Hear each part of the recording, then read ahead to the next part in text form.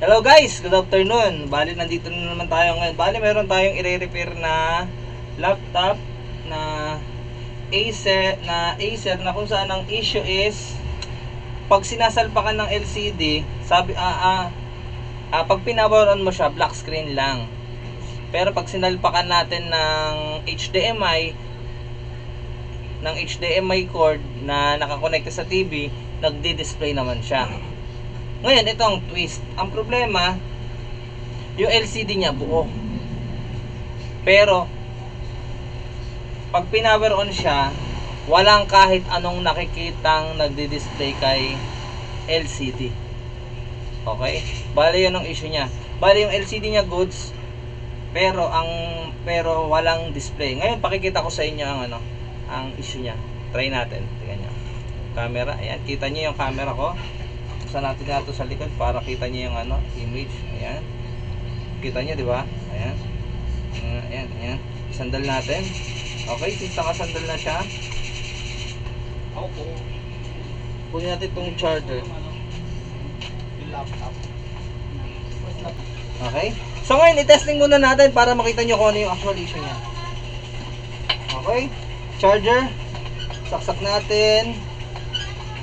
Ayan. Then, kita nyo, press natin power on. Ayan, kita nyo, nagto-turn on na siya. Ayan.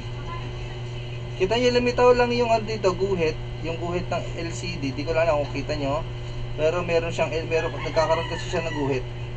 Ayan, nakita nyo sa part na yan. Ayan, guhit. Pero pag hinigit natin saksakan, makikita nyo response niyan. Pak, nawawala. Ibig sabihin, nabubuhay siya, pero walang response. Ngayon, pakita ko rin sa inyo sa keyboard, via keyboard, na nagdi-display siya kasi may response ang caps lock at saka numlock. Yan, kita niya, ayan, yung caps lock niya na ilaw. Okay, kita niyo ang issue. Ito, may tama talaga LCD na ginagamit natin. Hindi natin nilabas yung LCD ng customer. Kasi, na-testing na natin siya sa ibang unit, sa ibang laptop. Then ngayon, ito, try na natin i-repair. Ano ang problema? Bakit hindi siya nagkakaroon ng power? Or bakit hindi siya nagkakaroon ng image? Okay. Okay. Una, tingnan ko, syempre, check natin ang likod. At tingnan niyo ang likod. Oh, napapakalinis ng likod. Di ba? Galingan natin.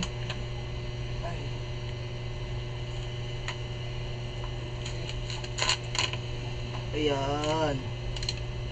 Okay, kita nyo? Kita nyo? Dami.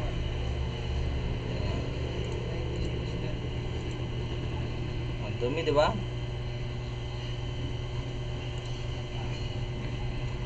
Ayan, okay.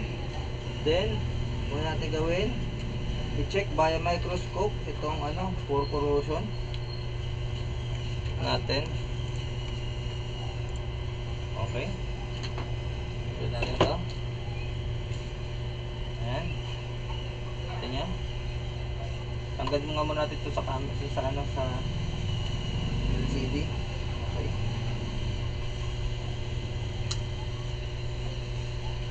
Okay. Oh, may langgam. Linisin muna natin yan.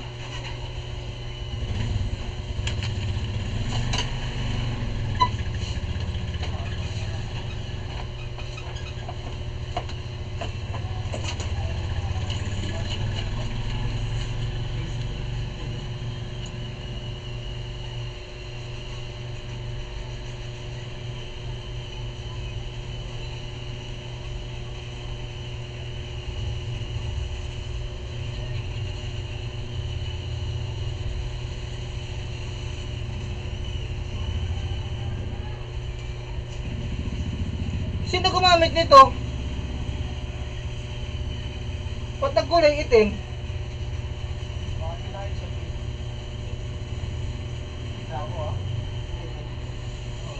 Ang itim yung po. Ngayon kulay yun. Nang itim mo po. Sabi ko. Diyan to. Ang itim eh.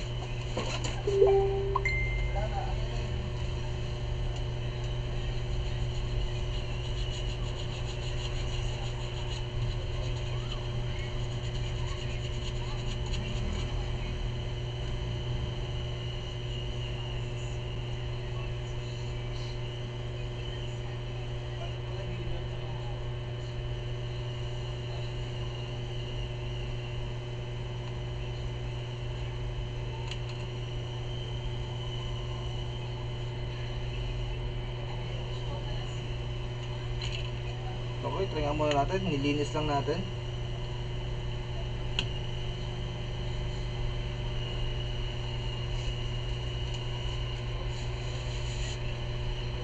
Bali ito, nilinis lang muna natin. Hindi pa natin alam kung ayos siya. Power on. Okay. May 0.21 pero wala pa rin siyang display image.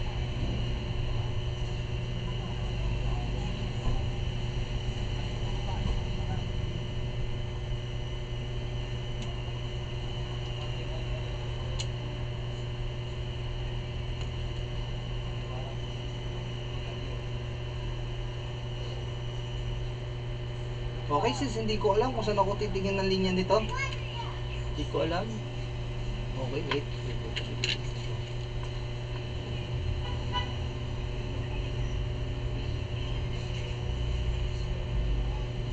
Okay, check na lang tayo. Z8A. Okay, tingin tayo. Screen share. Z8A.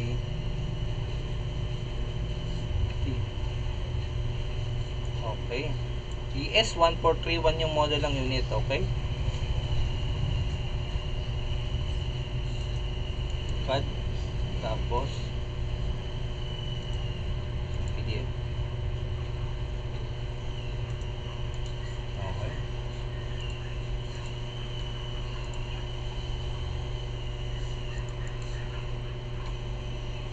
Ish. Yan. Control F. LBDS.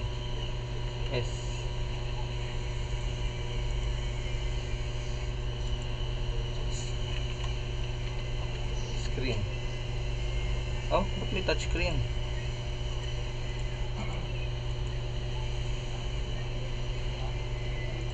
Okay. Tapos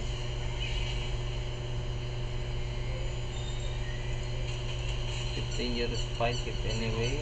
Okay. Power on. Ayan. Okay na. Ating gawin is check tong LCD. Check natin.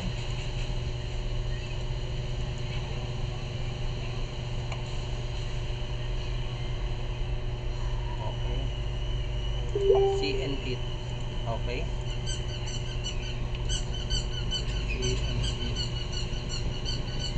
Okay, ito CN8. Check natin ito LCD section.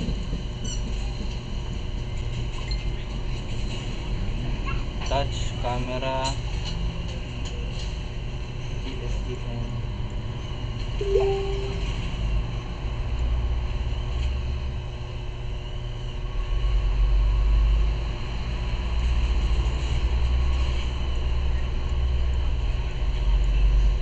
Ito malikit.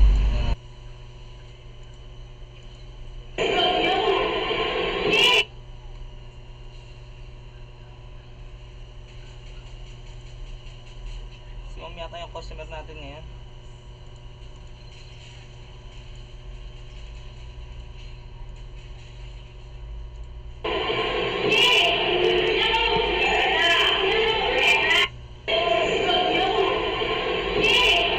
Okay, yung nakita natin video kay Madam nga yan. Ito yon. Ito yan kay Ma'am. Check muna natin tong PCH.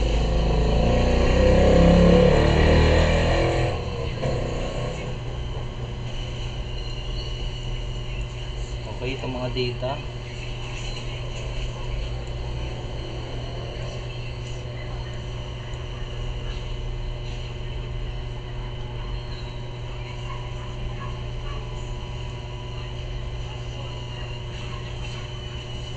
Touchscreen.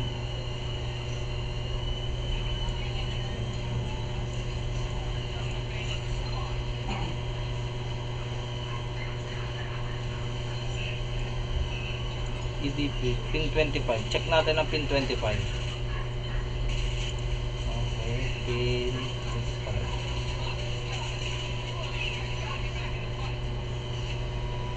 Okay, ilang ohms dapat yan?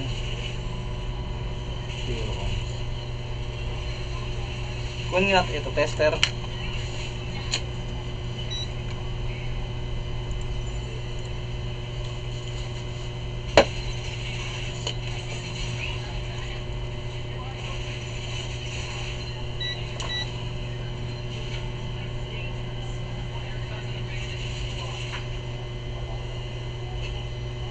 Check natin. Sorry.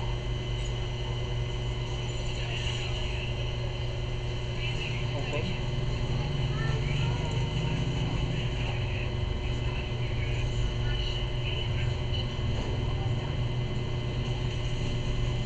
Okay, 33 ohms.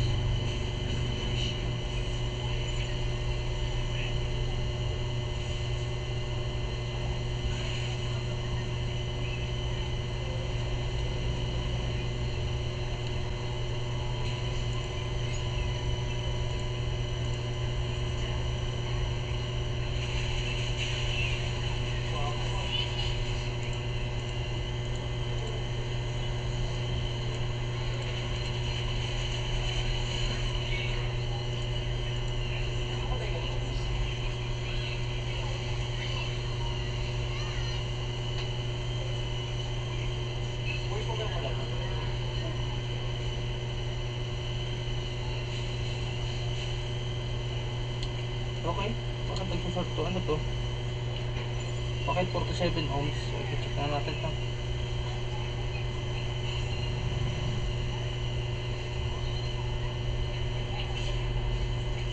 Okay, bakit 47 ohms to? Baba. LVDCC.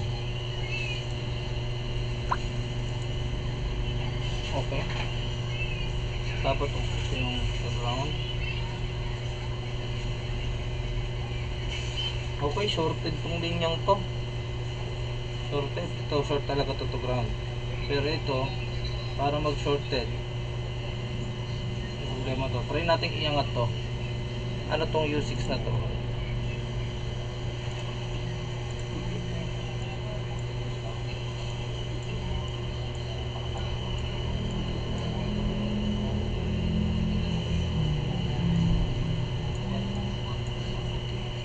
Okay, PCH display on. Check muna natin to. To. Try natin i-remove. Okay, painit natin ang microscope. Okay, bale meron akong kaparehas na ganitong board. Ang alam ko kung doon ito kamali. Parehas sila. Yan yung paan yun. Ayun.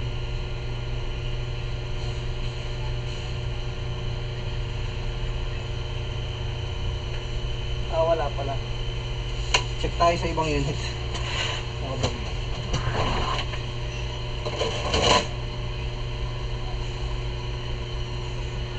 Okay. Meron tayo nakitang kaparehas na board ng unit. Pakita ko muna. Hello guys, ayan, may nakita ng kaparehas na board. Ngayon, check natin. Ang resistance nitong isa, itong ginagawa natin, pag chine-check natin dito sa ano, okay, lapit natin para kita nyo. Yan, kita nyo. Check nyo yung resistance, ground, tapos ito sa ground. Meron siyang 47 ohms, which is shorted yan. Shorted. Ang alam ko ang alam ko. Ngayon, ito namang isa, testing natin. Bale ito, ayan. Check din natin to kung 47 ohms din siya. Okay, 21K. So kita nyo yung problema. Try nating i-remove to sa kabila. Okay.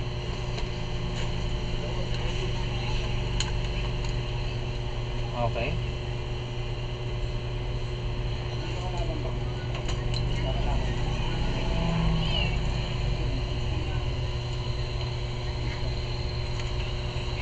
Okay, ito na yung paste natin.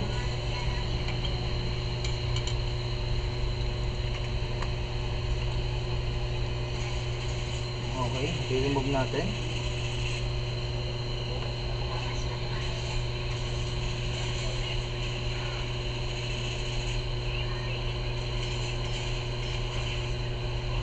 Okay, remove natin.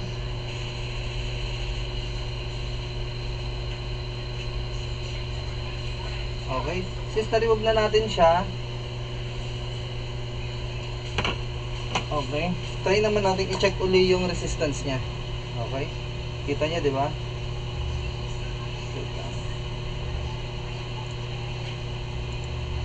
Okay, natin uli. Ayan, okay na. Nawala ang short nung ni-remove natin yung nakalagay dito. Okay? Bale yung piyesang yan, okay? Explain ko sa inyo kung anong problema, kung ano yung unit, o ano yung piyesang yan ha. Pakita ko sa inyo. Okay, screen share. Okay. Bale itong IC na yan, okay?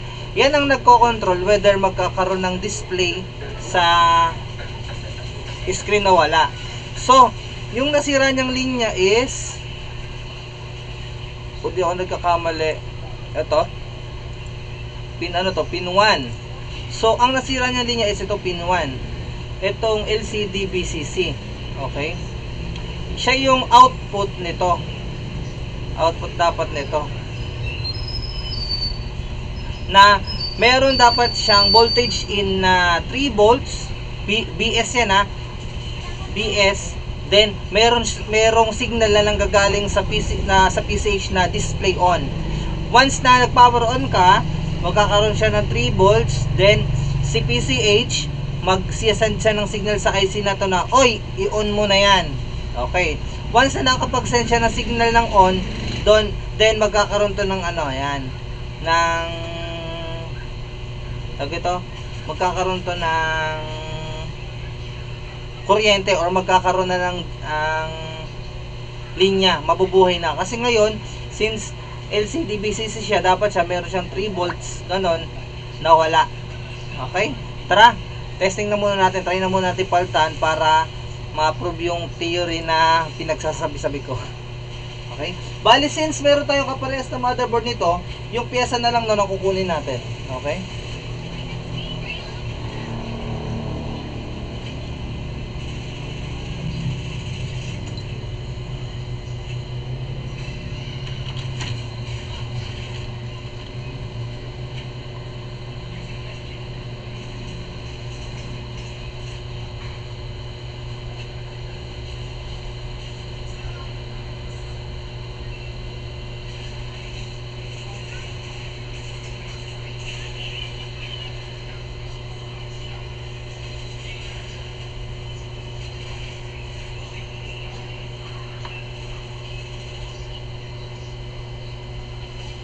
Okay, ito yung tinanggal natin ha, itong isang to. Okay. Since natanggal na natin, ito siya.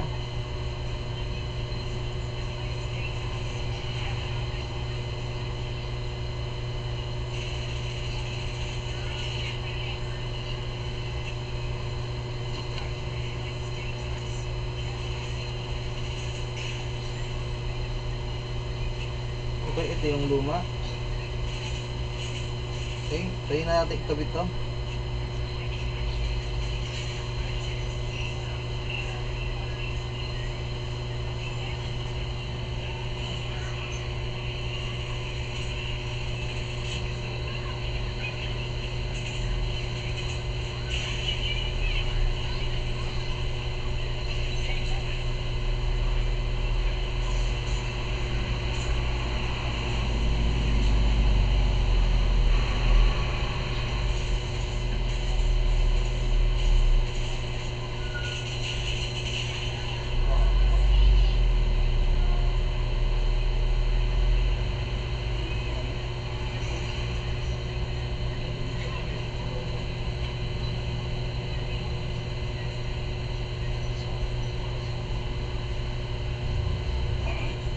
Ayan, naikabit na natin.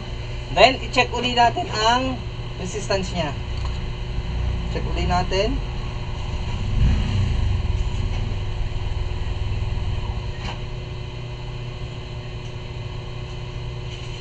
Okay na. Kita nyo, hindi na siya 47 ohms. Hindi na siya 47 ohms. So ngayon, pwede na natin siya ngayong i-try i-power on, then titingnan natin kung nagdi-display na. Okay, na, nakikita nyo, sasalpak na natin ng LCD. Wait lang. Okay, sinalpak na natin LCD. Thermal pad, ilagay na natin dito sa processor. Then, saksak natin itong charger. Okay? Ilipat na natin sa top camera. Ayan. Tingnan nyo na. Okay. Okay, itututok muna natin sa LCD. Ayan, kita nyo, nakatutok sa LCD. Na natin. Okay, ayan, masaksak na. Press natin power on. Okay. Oops, hindi na. Ayan, power on. Tingnan natin kung mag-display na siya. Ayan, kita nyo. Nabuhay na, nag-display na. So, ang problema ng unit natin is isang IC na kung saan nagbibigay ng signal kay LCD na mag-display na. Okay? Since napaltan na natin siya, nag-display na yung new unit kaagad nung napaltan natin. Okay? So, sana may natutunan kayo. Thanks for watching.